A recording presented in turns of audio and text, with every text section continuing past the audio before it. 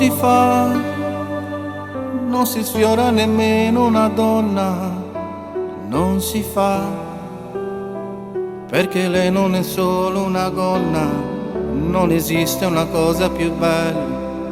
Ogni donna equivale a una stella, non si fa, devi avere soltanto vergogna se lo fai.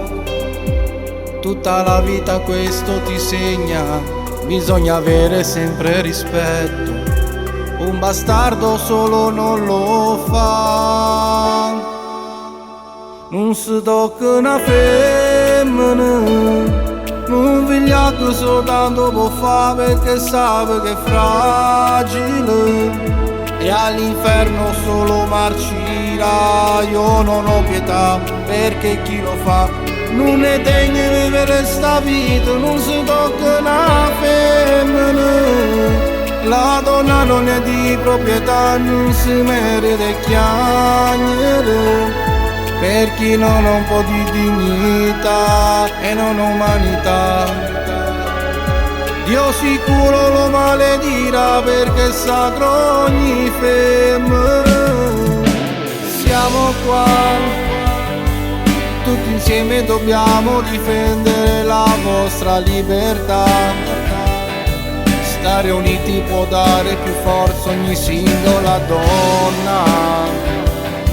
Più forza vai, le più vincerà. Non si tocca una femmina, un vigliacco soltanto può fare perché sa che è fragile, e all'inferno solo marcirà. Io non ho pietà perché chi lo fa non è degno di vivere sta vita. Non si tocca una femmina, la donna non è di proprietà, non si merita chiagnere, per chi non ha un po' di dignità e non umanità.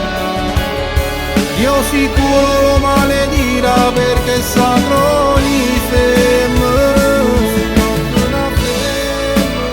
Vorrei mandare un messaggio a tutte le donne del mondo: se ti capita di avere un uomo che usa la violenza, denuncialo, non tenerlo dentro di te, non avere paura di farlo. E tu uomo, ricorda che la donna va amata e non maltrattata. Non si tocca una femmina.